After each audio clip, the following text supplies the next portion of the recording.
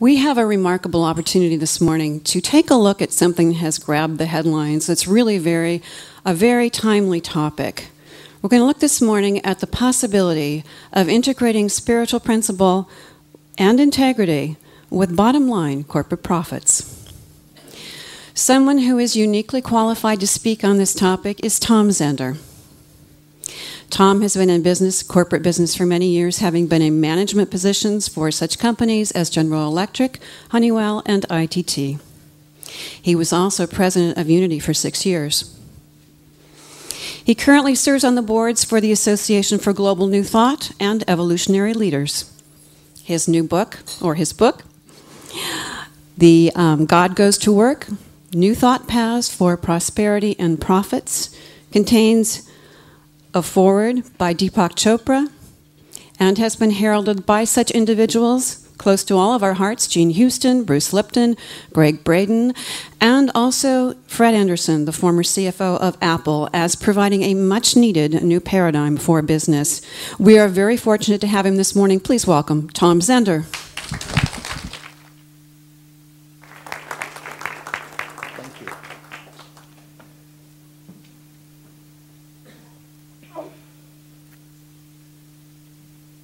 Hi. My name is Tom, and I'm a recovering CEO. And that's the truth. My word for the day, every day of my life is gratitude, and I'm really grateful to be here with you this morning. To all of you who opened the door, for those of you who are here, for dear Adrian for inviting me to be here this morning and to express to you the restless spirit within about spirituality in our workplaces, and businesses. I know we're going to have some music in a little while, so I'd like to make a couple of requests. One by Bachman Turner Overdrive, Taking Care of Business, and now I know you're in my age group. And secondly, Dolly Parton's 9 to 5 would be another good choice. I know that most of you know who Warren Buffett is, one of the world's wealthiest people. Well, he was recently in Orange County, and he drove up in front of one of our banks and walked in, faced a teller, and said, "I need to borrow $5,000. And of course, the teller knew who this was, but didn't react in any particular way, stayed neutral, and said, "What will you be using the money for?" And Buffett said, "I have to go to Europe for 3 weeks." And the teller said, "Well, what will you be using for collateral?" And Buffett pointed to his car out on the curb. So the deal was transacted. The teller handed the $5,000 to Buffett, and Buffett walked out. And just before he hit the door, he turned around and looked at the teller and he said, "Would it be okay if I park my car in the customer parking lot while I'm gone?" And the teller said, "Well, sure, you're a customer." So 3 weeks later, Buffett comes back, walks in, same teller, and said, "How much do I owe you?" And again, the teller, knowing exactly who this man is, said, "Well, you owe me $5,000 for the principal and $15.47 interest." So Buffett wrote the check for the total amount, handed it to the teller, and began to walk out, and the teller couldn't stand it anymore and said, "Mr. Buffett, would you mind telling me why someone of your means would come into this bank and borrow $5,000 for 3 weeks?" Buffett said, "Sure. Where else can I park my car in Orange County for 3 weeks for $15.47? Now that, of course, is a story, a joke. What is not a story and a joke is I know Buffett's cousin George, who happens to live in Albuquerque, New Mexico. And what George told me was when they were little kids, the family would gather, and George's mother, Warren's aunt, would read some spiritual material to the family, including a publication called The Daily Word. And in the Daily Word and other similar publications, there are often pages or words about prosperity, abundance, wealth, affluence, you name it. I would like to believe that somewhere in his childhood, maybe, Warren Buffett heard something that altered his life. Not only about the accumulation of his wealth, but also the distribution of it. Because look what this man is doing, along with Bill Gates and 50-plus others. They are giving 50% or more of their wealth to global humanitarian causes. And I would suggest that that is just one great example of spirituality in workplaces, and business happening. How did this happen? Most of us have a book in mind. The dilemma, of course, is getting it out. The topic being timely for me began to appear in around 1998. My life was upside down professionally and personally. I was grappling for life, and a couple of things began to happen. I got involved in a local unity community, and at about the same point in time, in 1998, some of you may remember a Business Week cover article about spirituality in the workplace. And I read the article and it kind of grabbed me. Another thing that happened was a local, very successful executive by the name of Sam Yao had sold National Learning Corporation, I believe, to Sylvan Learning. And Sam gave a talk at the Forum for Corporate Directors where I was active. And that talk was essentially about spirituality in the workplace, but he didn't use those words. So that was beginning to happen, and then in the year 2000, I heard a lecture, a talk, a workshop by a guy by the name of Joel Fotinos, who happens to be then and now the senior editor of the Mind, Body, Spirit division of Penguin Putnam Publishing. And he was talking about how do you write a book about spirituality? And I couldn't take notes fast enough. And at some point in my note-taking, I received what I would call a download, and the title of this book came spilling out onto my notes. But it took a while to get the book out. I had my business career, then I went off to run the Unity organization for 6 years, and that was the integration of spirituality and business for me. And so when I moved back to Orange County 3.5 years ago, the book began to spill out, and that's how it happened. I'll read the fine print. It's a little difficult to read. Except for the people, the hours, the work, the stress, and the pay, this is the best job I've ever had. And that is pretty much an underscoring of much of the state of our work world. A couple of historical thoughts, one being we're pretty familiar with the idea of the separation of church and state, alias religion and state. But nobody said that we had to separate spirituality from state. Nobody said that the creation of the United States of America was done without a spiritual underpinning.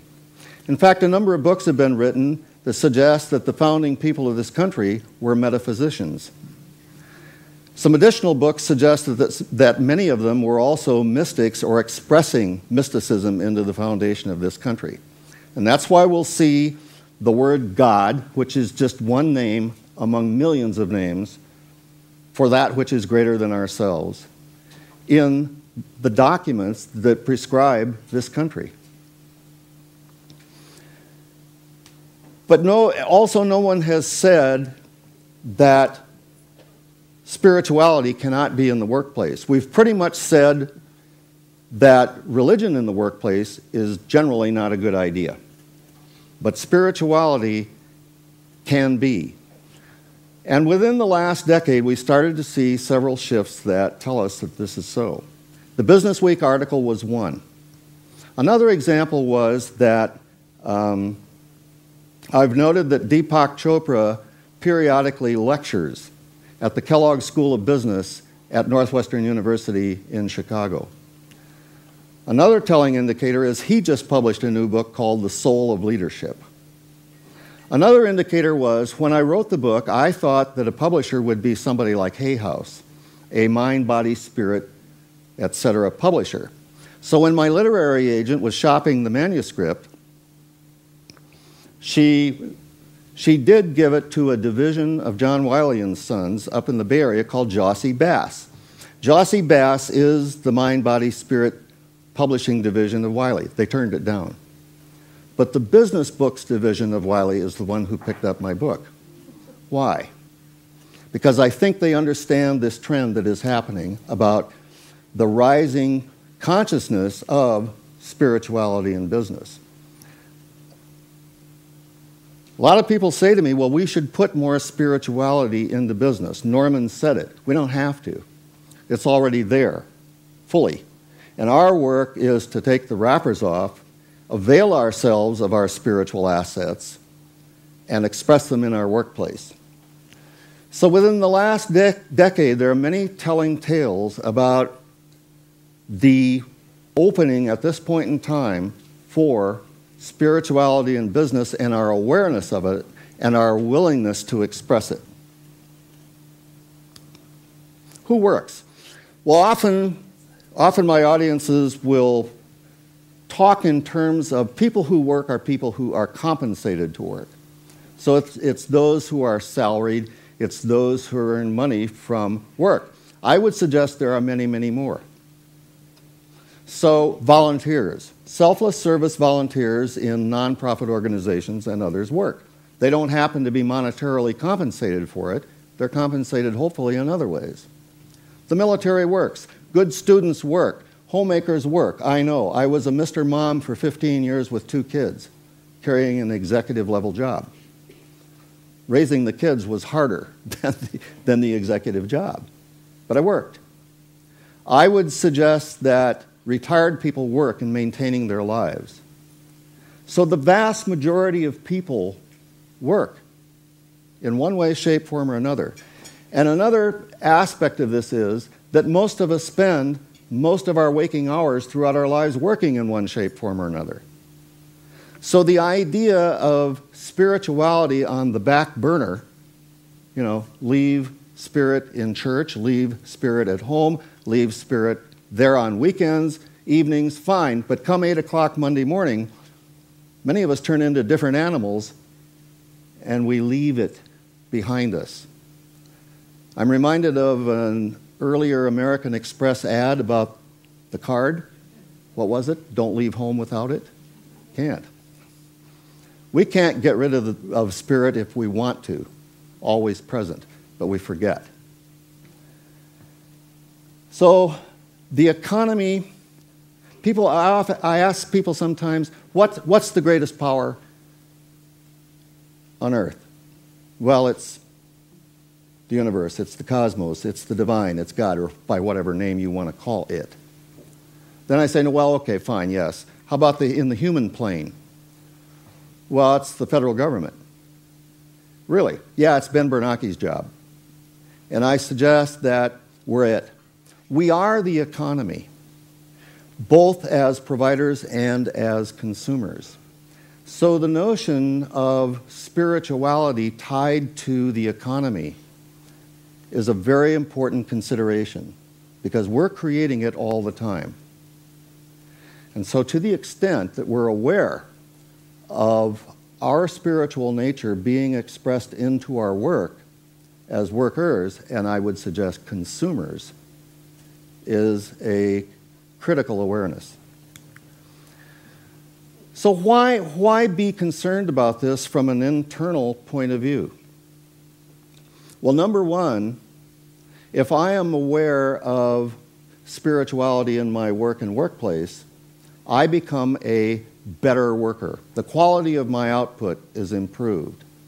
And we'll spend some more time with this. I also become an attractor. I can express my inner nature, my developing inner nature, my spiritual nature, and without having to say anything about it, others tend to gravitate to that. And so in the workplace, I can be an influencer to those around me without having to say anything specific, or preach, or proselytize, or evangelize, or anything of that sort. But just by the nature of my presence, I become an influencer. A third reason is beyond the workplace. and those physically around me, I am influencing others by the very energy that I'm throwing off into the universe. It's the one flap of the butterfly wing that changes the entire universe. External, there are a couple of reasons to be aware of and to intentionally practice our spirituality in the workplace. One is organizational integrity. So the idea of my becoming internally more integrous, more honest, more open, more inclusive, more kind, more loving, more empathetic, more compassionate in my work helps create a different kind of an environment in my workplace. It rubs off.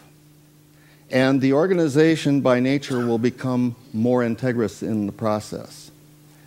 Another indicator are business schools. There are a few universities now, some well known, who are starting to use the word spirituality in certain business courses.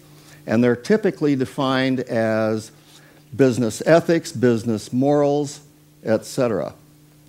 So that's another trend that's starting to show up. So the notion of spiritually based values and behaviors in the workplace has a lot to do with organizational development, organizational integrity.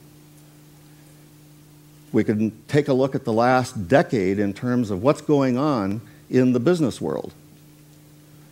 Remember the year 2000? I think there might have been a bit of a tipping point then, because it began with the dot-com blowout. Many of us in this room were involved in the dot-com industries. Many of us invested in them, and many of us lost our shirts in the process. So that was an indicator. Come 2005, 6, and 7, the collapsing of the investment banking industry, other parts of the banking industry, the real estate industry, the Detroit-based automotive industries, and on the list goes, and we're still feeling the effect of it. One can suggest that those events were portenders of what was to come and maybe a wake-up. You know, the cosmos has a 2x4 and applies it regularly. And I think maybe this was one of them, saying, there is a different way. What is it? You can say, well, a lot of those mishaps in business were based upon lack of organizational integrity, lack of a consciousness, a higher level of consciousness, lack of a connection to something greater than ourselves, however we would label it. So one reason for us to be aware of and practice spirituality in our work has to do with the external world around us, and that is organizational integrity. A second one is conscious commerce. And the word to underscore might be fairness. Fair wages, fair trade, fair treatment of all. And that shows up on some bags of coffee beans, as an example. Fair traded coffee. You see it on certain paper coffee cups, fair traded, and you'll see it in other places. So spirituality in work, workplace, and business also impacts fairness of how people in the work world globally are affected. Economic peace. A few years ago, while I was running the Unity organization, one of the marketing people came to me for my approval for the annual Unity calendar. And typically there was a color picture on top and then the calendar for the month below. The color picture in that particular, one of the color pictures in that particular year was a beautiful field of wheat.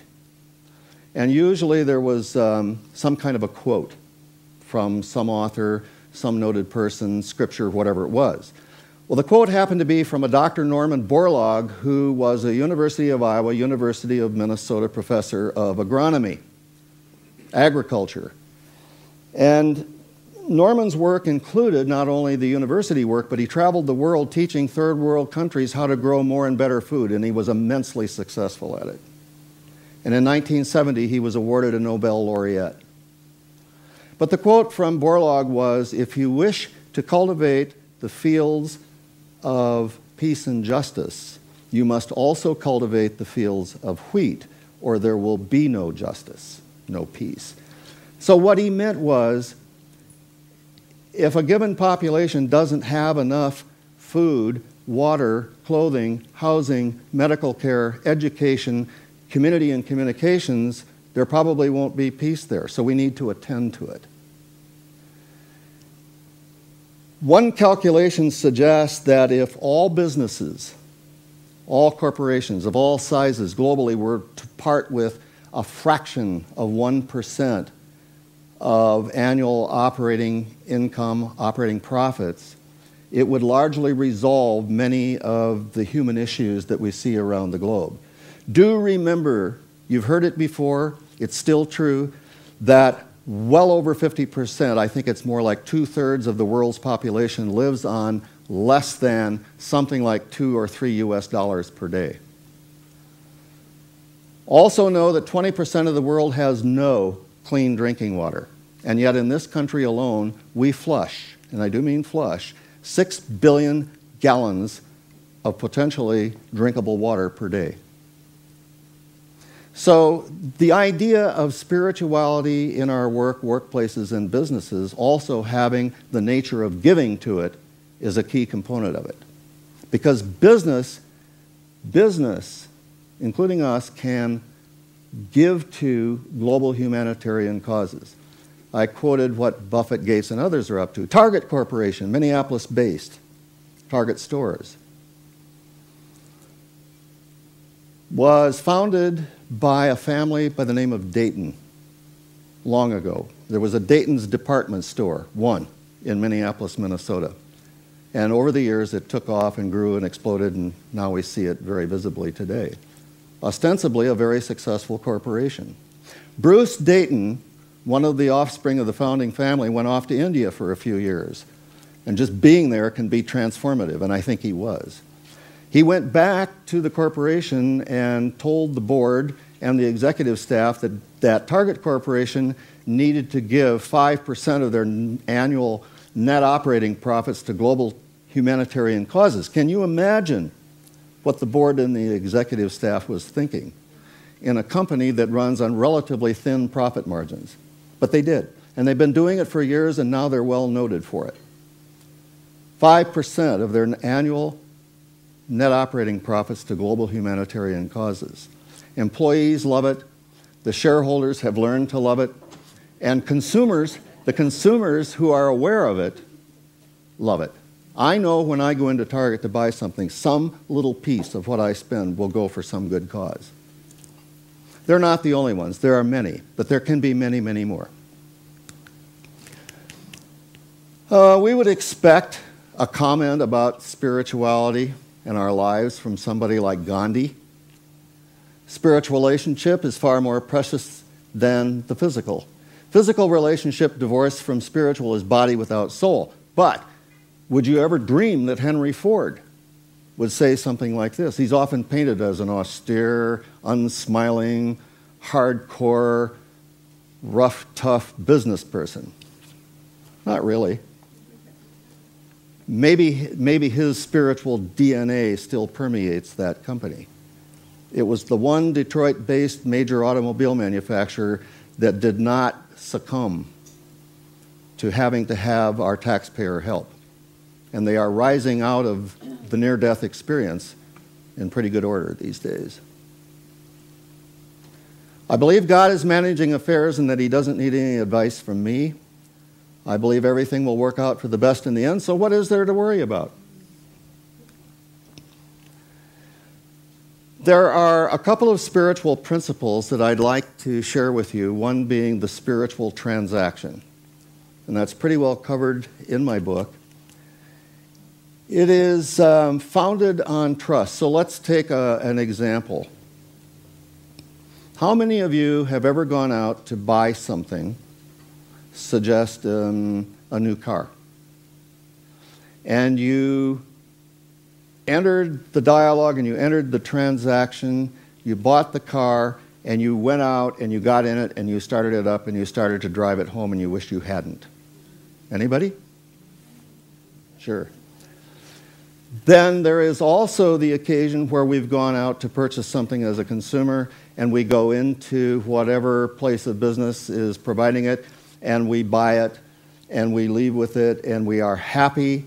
We're glad we did it. We have it. We take it home. We use it, and we are more than willing to go back and buy some more from that organization.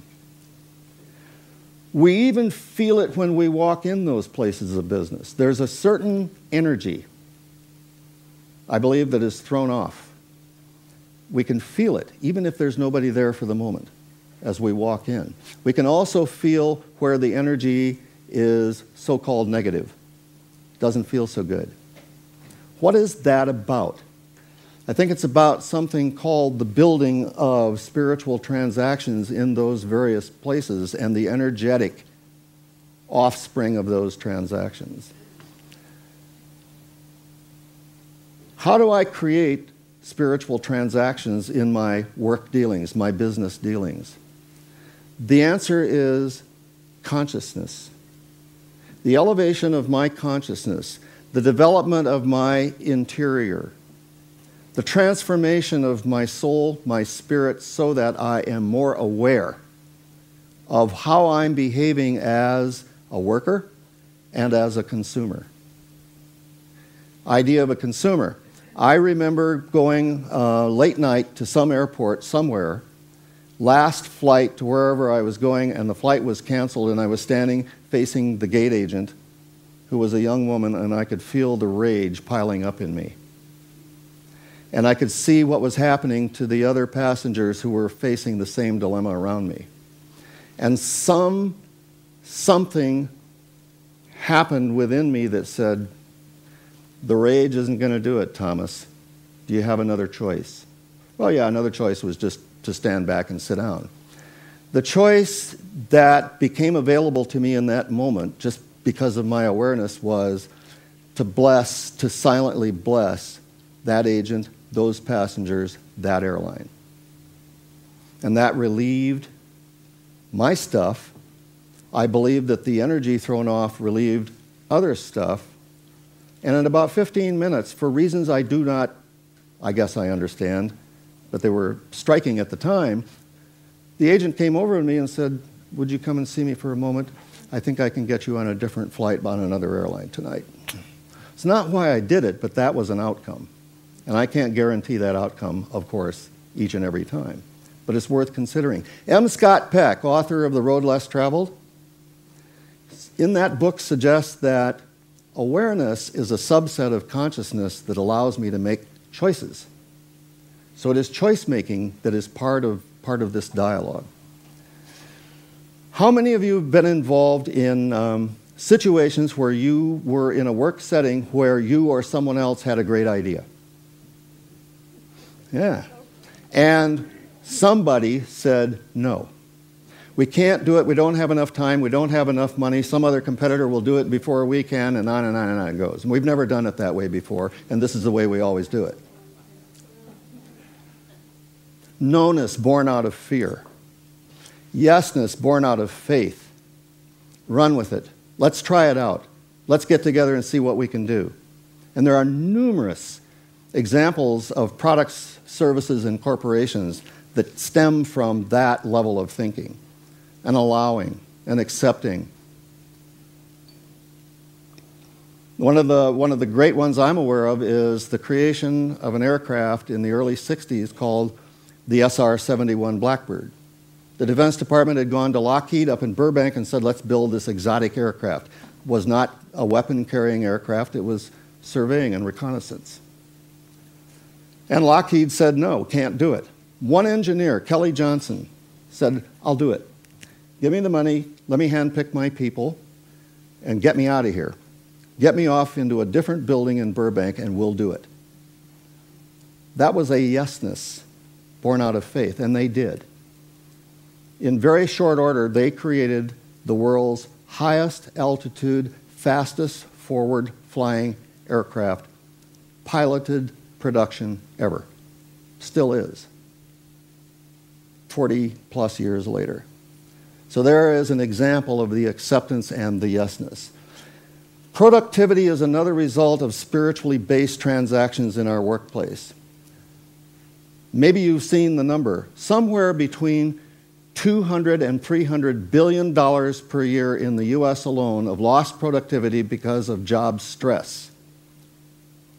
If I am conducting business with you, work with you, on the basis of mutual caring, trust, love, empathy, understanding, openness, etc., that, for me, relieves a lot of stress in my work.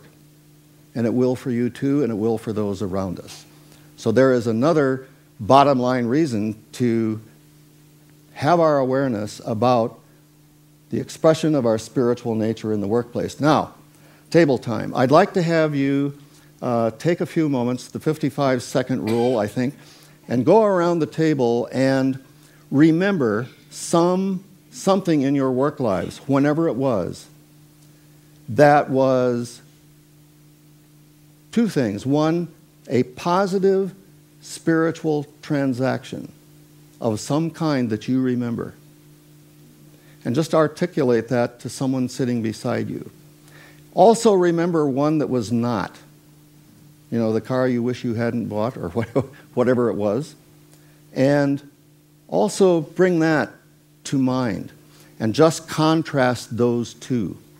One that felt really good, was good for everybody concerned, and another one that was painful in some way for you and perhaps others. So just take a few moments and share those things with each other, and then we'll come back and talk a bit about it.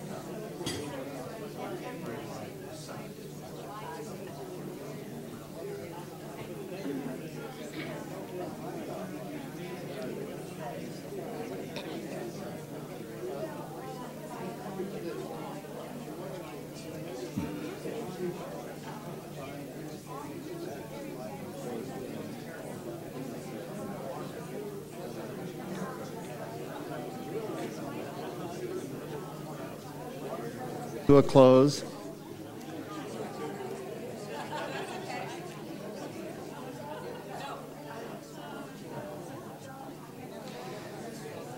And so at this point, would one of you share a transaction that didn't work, didn't feel good, you wish it hadn't happened, and you will never forget it? Gorby? Fine.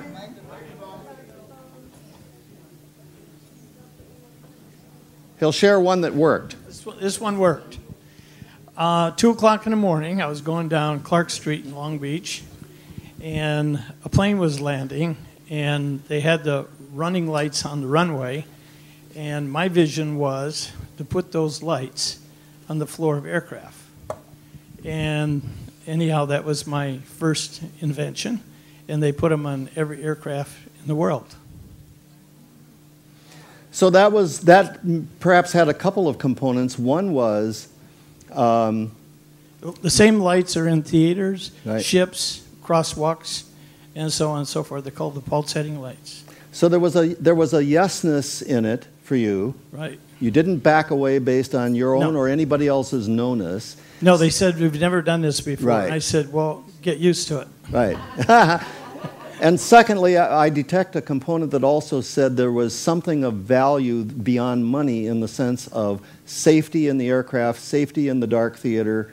I didn't do it for money because, first of all, I was an engineer. I'm a Berkeley alumni. And when you are in the aircraft business, you sign over your patents.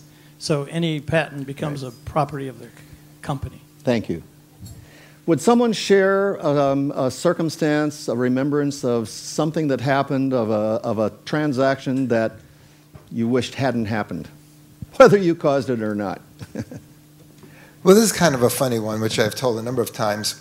When I travel to a convention and I need to bring my suit, I always bring I might pack away my pants and my shirt, but I always wear my jacket.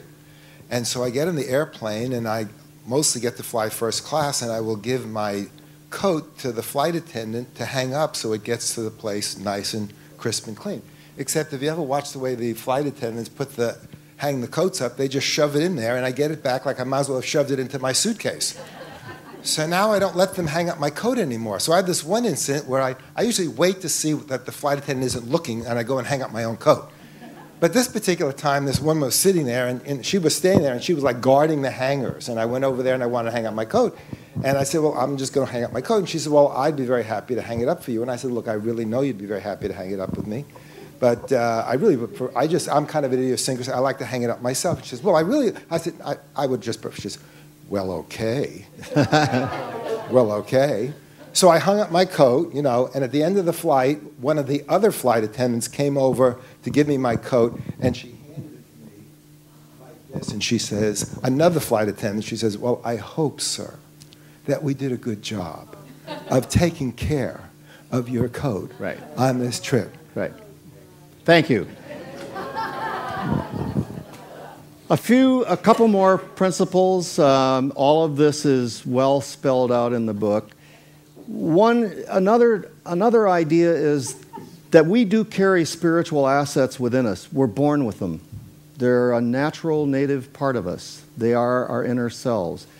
And for many of us, they get covered up across time, and they show up in some disturbing ways in our work lives, both individually and collectively. But to the extent that we can, alone or with assistance from elsewhere or others, understand what we're working with as our spiritual assets, we have an opportunity to transform them and to grow them and express them through our spiritual transactions.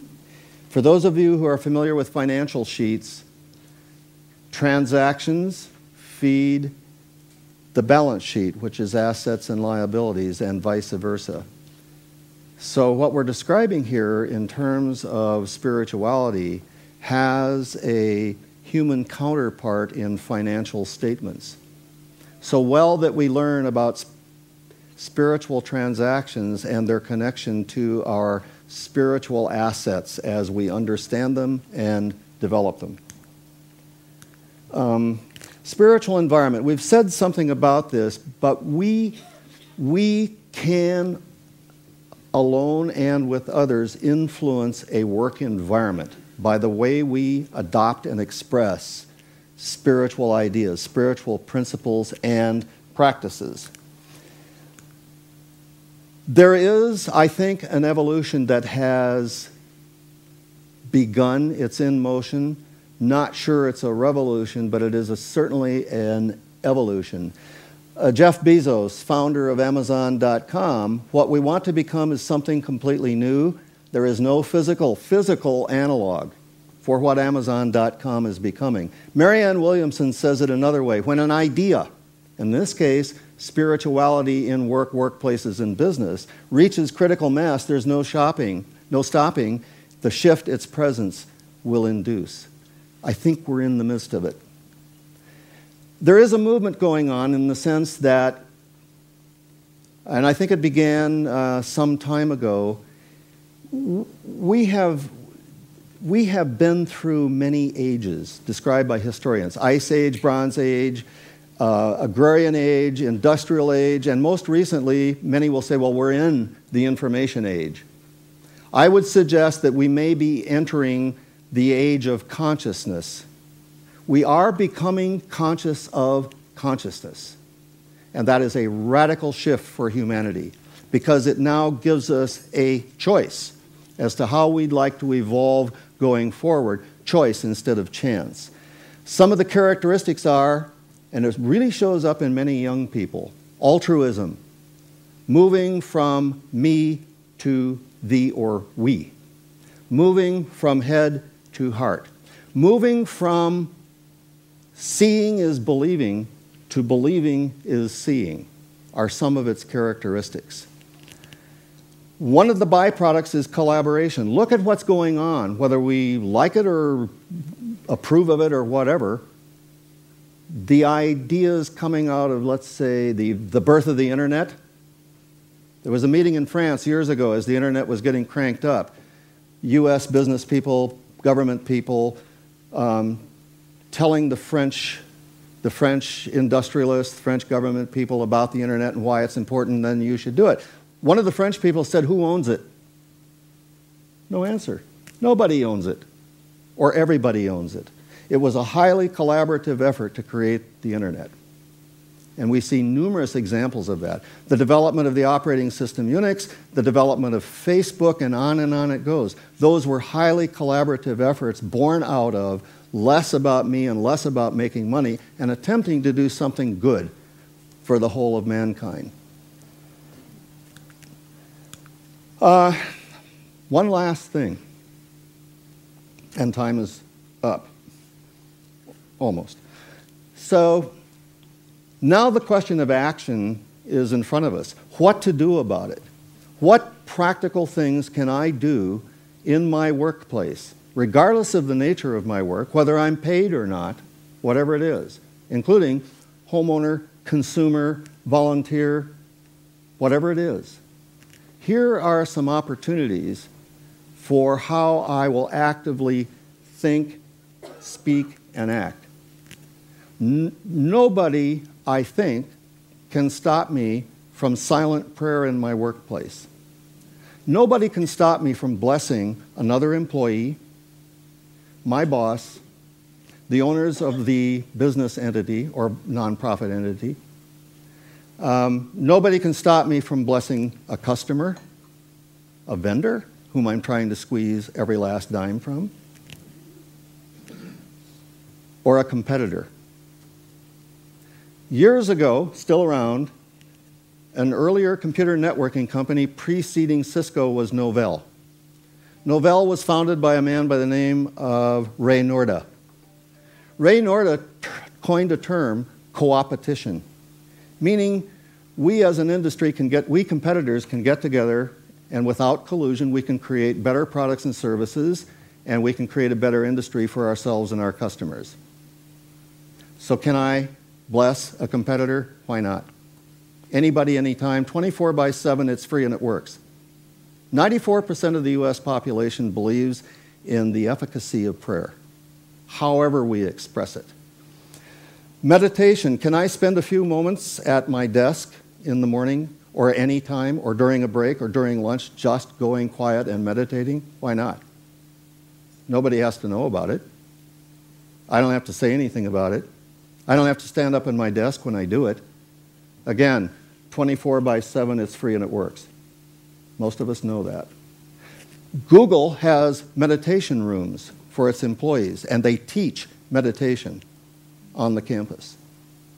Not of any particular religious variety, but certainly of a spiritual nature. Self-examination, where are my spiritual assets? What's going on today? Am I being self-centered and selfish, Thomas?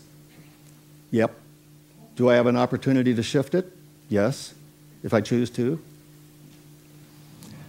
Reading. Nobody can really stop me from keeping some form of spiritually based material or reading in my work place, desk, cubicle, office, home office, whatever it is. I know a number of people who do that. And maybe before they start work, they will read something relevant to themselves as part of starting their workday or during a break or whatever it is. Journaling. Well, what to journal? Well, one thing that I do personally is I keep a gratitude journal on my desk, and I write at least one thing at the end of every workday about what am I grateful today about my work. What is it? Whatever it is. And it's refreshing for me to go back and read those. Someone said it, light, inducing fun, lightness, humor into my work and workplace, and especially how I treat myself and therefore treat other people to every extent possible. Finally, giving. We talked about Target Corporation. This can be done at smaller group levels. Build a house for Habitat, Habitat for Humanity. Give to United Fund. Give to a local food bank. Give to some other employee who's hurting. Hey, can I help you today? I see you're in trouble. Why don't you go home if you can, and I'll take over your work to help you out. Give the extra measure to a customer. Give an extra measure to a vendor. So these are possibilities for how we would carry our spiritual nature, literally live, practical, day-to-day into work. So your assignment from this course this morning is to set an intention that you will, in this transformation that takes place within us, about our consciousness, our awareness in our work of all kinds, set an intention to be aware of it and to choose to take any one of those or any other spiritual practices that you're familiar with and consciously induce it into your work. It will change our world. Do you have any questions and comments you want to offer at this point? Yes, Christy. So from upper management.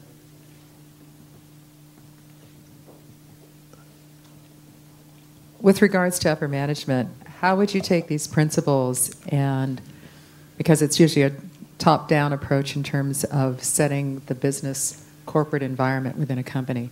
So how would you, many of the things you were talking about were on an individual basis.